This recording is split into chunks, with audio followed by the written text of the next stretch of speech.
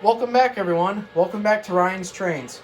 Today we're going to be doing my really favorite railroad, the DMIR, which stands for Duluth Mesabi and Iron Range.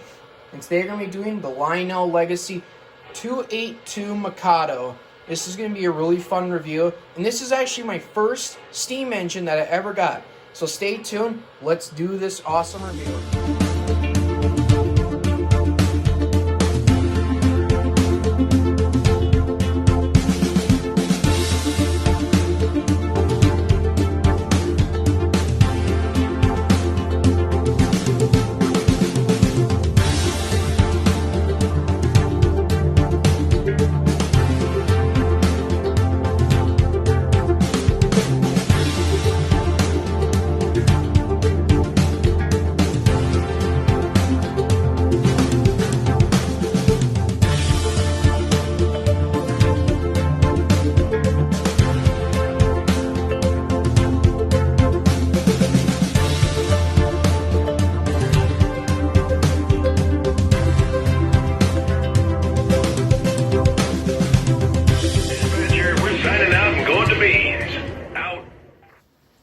The 282 Mikado is what you see here, and it has 8 driving wheels, 2 leading wheels, and 2 trailing wheels to support the cab.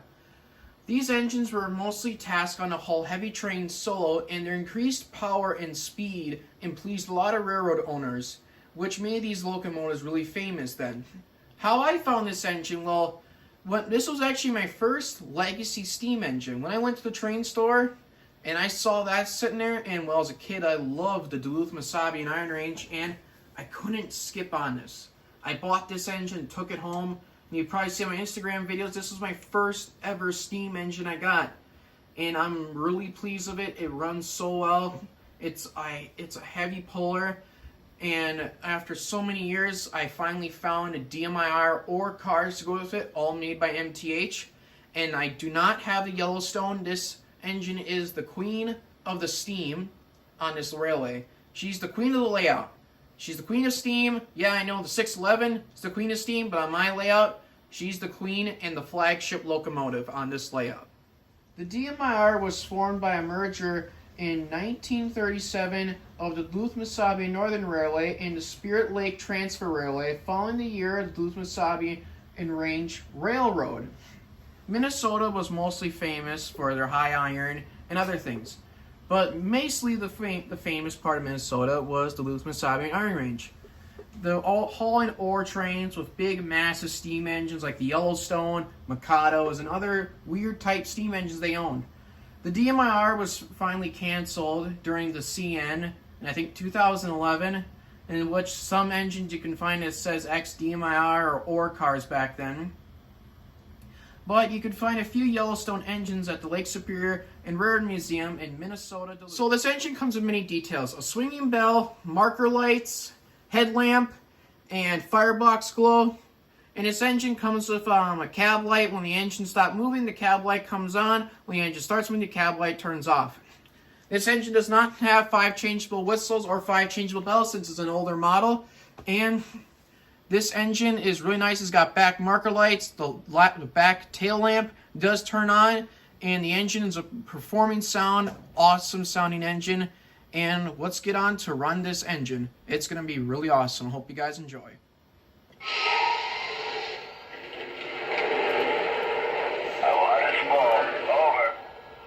Acknowledged. Out. Dispatcher, my call's just about empty. Am I clear? Over. Yes, you're cleared onto the main. Over. Copy that. I got a clear signal. Out.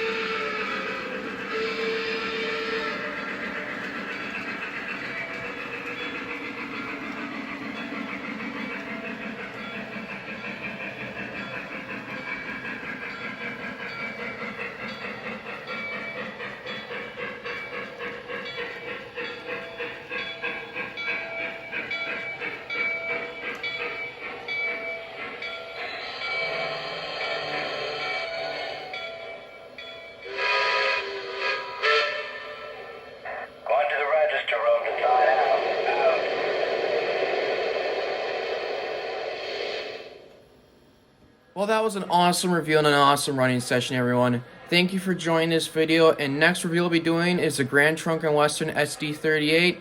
But thank you for coming again and watching these videos. It really helps me out, and it's really awesome. I always want to do a YouTube video, and here we are. So thank you, and have an awesome Friday and an awesome weekend.